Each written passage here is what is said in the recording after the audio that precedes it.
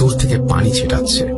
যদিও এমন সম্ভাবনা নেই বললেই চলে, তবে সেই মুহূর্তে অন্য কিছু মাথায় আসেনি। কিছু দূর এগোনোর পর হঠাৎই বৃষ্টি থেমে যায়। ব্যাপারটা তখন পর্যন্ত আমার জন্য ঠিকই ছিল, কিন্তু এরপর যে বিষয়টি লক্ষ্য করলাম সেটা হয়তো আমাকে জীবনে প্রথমবার ভয় ধরিয়ে দিয়েছিল। আমি লক্ষ্য করলাম বৃষ্টি থেমে যাওয়ার পর আমার বেশ গরম লাগছে। আমি একটা হাত গেঞ্জির ওপর রাখতেই দেখলাম গেঞ্জিটা একদম শুকনো। এটা কিভাবে সম্ভব? আমি পুরো শরীরে হাত বুলিয়ে দেখলাম, কিন্তু এতক্ষণ বৃষ্টিতে ভেজার পরে আমার শরীরের একটা অংশেও পানির ছিটা ফোটা নেই। এমনকি হাতে থাকা কাগজের নকশাটাও ভেজেনি। ব্যাপারটা দেখে আমি বেশ ভয় পেয়ে যাই। নকশার দিকে তাকিয়ে দেখি আর মাত্র একটা নোট বাকি। তাই 7-5 না ভেবে আমি সামনের দিকে রওনা দেই। সামনে এগোনোর সময় বারবার মনে হচ্ছিল আমার পেছন পেছন কেউ একজন আসছে আর বারবার আমাকে বলছে, সামনে এগোস না, বিপদ হবে। কয়েকবার এমনটা হলেও আমি তখন ব্যাপারটা পাত্তা দেইনি। কিছু দূর এগোনোর পর হঠাৎই কোথা থেকে যেন একটা বিশাল আকৃতির কুকুর আমার সামনে এসে হাজির হলো। পূর্ণিমার চাঁদের আলোয় স্পষ্ট দেখতে পাচ্ছিলাম কুকুরটা স্বাভাবিকের তুলনায় অনেক বড়। একদম কুচকুচে কালো, দাঁতগুলো দেখে বেশ বড় আর ধারালো মনে হচ্ছিল। কুকুরটা আমার দিকে এগিয়ে আসছিল না ঠিকই, কিন্তু দূরে দাঁড়িয়ে রাস্তা আটকে এক প্রকার ক্ষিপ্ত হয়ে গড়গড় গড়গড় আওয়াজ করছিল। অনেকক্ষণ কুকুরটাকে তাড়ানোর চেষ্টা করার পর চোখের পলকে কুকুরটা যেন হাওয়ায় মিশে গেল। এর আগে এরকম অদ্ভুত বিষয় আমি কখনো লক্ষ্য করিনি। সত্যি বলতে ভূত প্রেত বা জিন সম্পর্কে আমার সেরকম ধারণা ছিল না। এরা কেমন হতে পারে বা কি কি করতে পারে সেই বিষয়েও আমার জানা ছিল না। তাই চোখের সামনে এরকম কিছু ঘটতে দেখে খুব অস্বস্তি হচ্ছিল। কুকুরটা চলে যাবার পর আমি আমার গন্তব্যস্থলের দিকে এগোতে থাকি। সেটা ছিল একটা জোড়া কবরের পাশে। 2 কবরের মাঝখানে শেষ নোটটা লুকানো ছিল। আমি কবরের প্রায় কাছাকাছি পৌঁছানোর পর দূর থেকেই কেমন মাংস পচা গন্ধ পাচ্ছিলাম। নাক চেপে কবরের কাছে পৌঁছানোর পর যা দেখলাম সেটা ভাষায় প্রকাশ করার মতো নয়। ওই ঘুটঘুটে অন্ধকার বাঁশঝাড়ের মধ্যে এক বিভৎস দৃশ্য আমার চোখের সামনে এতটা পরিষ্কারভাবে ভেসে উঠবে তা কখনো আমি কল্পনা করিনি। কবরের কাছে পৌঁছে দেখলাম মানুষরূপী একজন ধারালো চাকু নিয়ে তার নিজের শরীরের ছাল চামড়া ছাড়িয়ে সেটা পাশে রেখে দিয়েছে। এরপর সে তার সাথে থাকা মানুষের মতোই দেখতে আরেকজনের ছাল ছাড়াচ্ছে, আর আমাকে দেখতে পেয়ে তারা দুজনই হাসছে। এবং কতটা ভয়ঙ্কর দৃশ্য যে সেটা হতে পারে এটা কল্পনার বাইরে। এর পরের বিষয়গুলো আমি আর সহ্য করতে পারিনি। আমি আল্লাহ বলে চিৎকার দিয়ে মাটিতে পড়ে যাই। আজ বাবার কাছে শুনলাম 5 দিন পর নাকি আমার জ্ঞান ফিরেছে। মূলত এটাই ছিল আমার সেই দুঃসম্পর্কের ভাইয়ের ঘটনা। তিনি এখন সুস্থ আছেন ঠিকই, কিন্তু মাঝে মাঝে তার 2 পায়ে প্রচন্ড রকমের ব্যথা অনুভব করেন। ঠিক সেই ঘটনার পর তার পায়ে যেমন ব্যথা অনুভব হতো। যা হোক, এটা তো অনেকদিন আগের ঘটনা। এবার আসি রিসেন্টলি ঘটে যাওয়া একটা ঘটনায়। ঘটনাটি ঘটে 2018 সালের জুন মাসের দিকে। তখন ছিল বর্ষাকাল। হঠাৎই গ্রামের 5-6 জন ওঝার দেখা মেলে। তারা কোথা থেকে এসেছে এবং কেন এসেছে এটা আমাদের জানা ছিল না। গ্রামের 2 দিন অবস্থান করার পর তারা 3য় দিন সকালে সেই বাঁশঝাড়ে গিয়ে অনেকগুলো সাপ ধরে আনে। 3য় দিন তাদের সাথে কথা বলে জানতে পারি তারা সাপগুলো ধরে বিভিন্ন জায়গায় খেলা দেখায় এবং বিষাক্ত সাপগুলোর বিষ থেকে ঔষধ তৈরির জন্য সেগুলো বিভিন্ন এনজিওতে দিয়ে দেয়। তাদের কথা শুনে গ্রামের প্রায় সবাই খুশি। বর্ষার সময় সাপের কারণে অনেকেই ক্ষতির সম্মুখীন হয়, তাই ওঝারা সাপগুলো নিয়ে গেলে ব্যাপারটা আমাদের জন্য বেশ ভালো হয়। কিন্তু ওই দিন রাতেই ঘটে অদ্ভুত এক ঘটনা। সাপ ধরার সময় যেসব গ্রামবাসী বাঁশঝাড়ে উপস্থিত ছিলেন তারা সবাই তো রাতে একটা স্বপ্ন দেখে। স্বপ্নটি ছিল এরকম: একটি বিশাল আকৃতির কালো অবয়ব স্বপ্নে এসে বলছে, তোদের এত বড় সাহস, তোরা আমার বুকের ওপর থেকে আমার মানিকগুলোকে নিয়ে যাচ্ছিস। যদি নিজের এবং গ্রামবাসীর ভালো চাস তাহলে ওঝার সর্দারকে গিয়ে সাপগুলো ছেড়ে দিতে বলিস। এটা বলে কালো অবয়বগুলো চারিদিকে সাদা ধোঁয়ার সৃষ্টি করে কোথায় যেন মিলিয়ে যায়। স্বপ্নটা দেখার পর সেই গ্রামবাসীরা এসে ওঝার সর্দারকে ব্যাপারটা জানায়, কিন্তু ওঝার সর্দার হেলা সাপটা করেই ব্যাপারটা উড়িয়ে দেয় এবং তাদের সাপ ধরার কার্যক্রম চালিয়ে যেতে থাকে। 4র্থ দিনে ওঝার সর্দার বাদে বাকি সদস্যরা এবং গ্রামের সেই লোকগুলো সেই একই স্বপ্ন দেখে।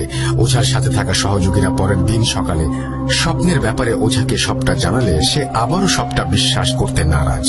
যা হোক, ওই দিন অনেকগুলো সাপ ধরে তারা। বিকেল গড়িয়ে যায়, সন্ধ্যা নামে। ওঝার সর্দার কিছুটা ক্লান্ত বোধ করায় নিজের তাঁবুতে গিয়ে ঘুমিয়ে পড়ে।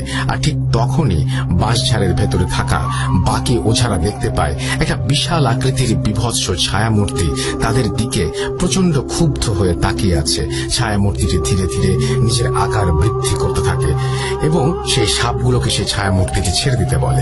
এটা বলার সাথে সাথেই সবাই যে যার মতো জীবন বাঁচাতে ছোটাছুটি শুরু করে দেয়। একজন ওঝা দৌড়াতে দৌড়াতে তাদের সর্দারের কাছে এসে ব্যাপারটা খুলে বললে সর্দারের টনক নড়ে। সে কাবু থেকে বেরিয়ে তার কাছে থাকা একটি মাটির হাঁড়িতে পানি, বাঁশঝাড়ের মাটি ও একটি বাঁশের পাতা দিয়ে কিছু মন্ত্র পড়ে হাঁড়িতে ফুঁ দেয়। ফুঁ দেওয়ার সাথে সাথেই হাঁড়িতে থাকা পানিতে বিভৎস দেখতে কালো ছায়ামূর্তিটি হাজির হয়। সে এসেই বলে, জীবন বাঁচাতে হলে সাপগুলোকে এক্ষুনি ছেড়ে দে, আর কাল সকালের মধ্যে এই গ্রাম ছেড়ে চলে যা। আমাদের বুকে থাকা এই মানিকগুলো কখনো এই গ্রামের মানুষের ক্ষতি করবে না, বরং উপকারী করবে। তাই গ্রামের মানুষ কখনো সাপ দেখলে যেন মেরে না ফেলে, সেটা ভালোভাবে বুঝিয়ে দিবি। ছায়ামূর্তিকে দেখে ও তার কথাগুলো শুনে একটা সময় ওঝার সর্দার ভয়ে কাঁপতে কাঁপতে হাঁটু ভেঙে বসে ক্ষমা চাইতে থাকে। এরপর তাদের মধ্যে অনেকক্ষণ কথোপকথন হলেও সেগুলো জানা যায়নি। তারা ওই রাতে বাঁশঝাড়ে সবগুলো সাপ ছেড়ে দিয়ে আসে আর পরদিন সকালে গ্রাম ছেড়ে চলে যায়।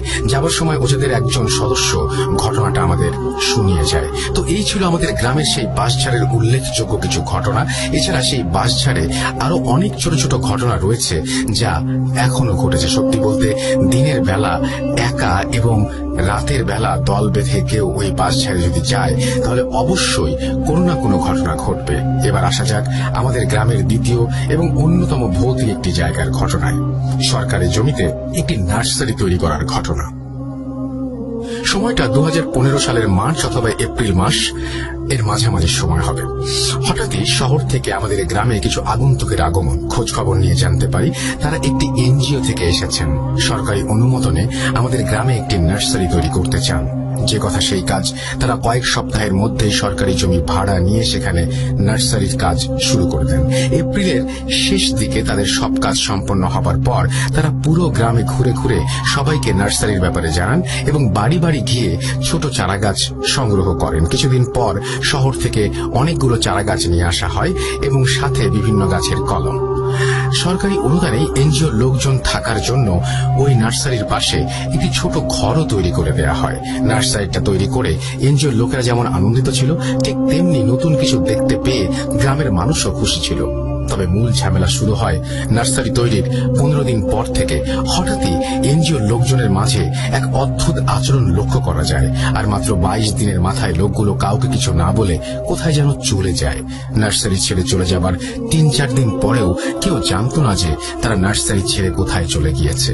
4 দিন পর সরকারি অফিস থেকে তাদের খোঁজ নেয়ার জন্য 2 জন লোক আসলে তাদের কাছ থেকেই ব্যাপারটা আমরা জানতে পারি। তারা নিজেদের ঊর্ধ্বতন কর্মকর্তাদের ফোন করেন এবং এনজিওর লোকগুলোর খোঁজ নেওয়ার চেষ্টা করেন এবং 2-3 দিন পর খবর পাওয়া যায় তারা এনজিওর চাকরি ছেড়ে দিয়ে অন্য কোথাও চলে গিয়েছেন। কেন তারা এরকমটি করলেন সেটা জানা যায়নি। যা হোক, সেই 2-3 দিনের মধ্যে ঘটে আরেক ঘটনা। নার্সারির লোক না থাকায় গ্রামের কিছু দুষ্টু ছেলেরা রাতের বেলা সেখান থেকে বিভিন্ন গাছ চুরি করে নিয়ে যায়। প্রথম 2 দিন কোনো সমস্যা দেখা না দিলেও তৃতীয় দিন ঘটে বিপত্তি। আগের 2 দিনের মতোই গ্রামের 2 জন ছেলে নার্সারিতে যায় গাছ চুরি করার জন্য। তারা বাঁশের বেড়া টপকে চারাগাছ তোলার পর যখনই বাইরে আসবে বা নিয়ে আসতে যাবে ঠিক তখনই মনে হলো নার্সারির চারিদিকে যেন তুফান উঠে গেছে, হাওয়ায় লন্ডভন্ড হয়ে যাবে চারদিক। আর তখনই একটি বিশাল আকৃতির পাখি নার্সারির পাশে থাকা খেজুর গাছের উপরে বসে এবং মুহূর্তের মধ্যে তুফান থেমে যায়। সেই সময় 2 জন দেখতে পায় একটি বাচ্চার কাটা মাথা হাওয়ায় ভেসে ভেসে নার্সারির চারিদিকে চক্কর খাচ্ছে এবং কাটা মাথা তাদেরকে কিছু একটা বলে এবং বলে কাটা মাথাটা বলিষ্ঠ কণ্ঠস্বর বদলে বাচ্চার কণ্ঠে হাসতে হাসতে হাওয়ায় মিলিয়ে যায়। সকালবেলা গ্রামের লোকেরা ওই রাস্তা দিয়ে যাওয়ার সময় ছেলে দুটোকে অজ্ঞান অবস্থায় দেখতে পায় এবং তাদেরকে নার্সারি বাড়ির ভেতর থেকে বাইরে এনে জ্ঞান ফেরানোর পর এই ঘটনাগুলো জানতে পারে। এরপর ওই রাস্তা দিয়ে চলাচলের সময় অনেকের সাথেই ছোটখাটো ঘটনা ঘটেছে, তবে উল্লেখযোগ্য ঘটনার মধ্যে রয়েছে আমার বড় ভাইয়ের সাথে ঘটা ঘটনাটা আমার বড় ভাই মন্ডুল এবং তার বন্ধু তৌহিদের সাথে ঘটে। নার্সারিতে ঘটে যাওয়া ঘটনাগুলোর সময় আমার বড় ভাই মনিরুল গ্রামে ছিলেন না, তিনি তখন শহরে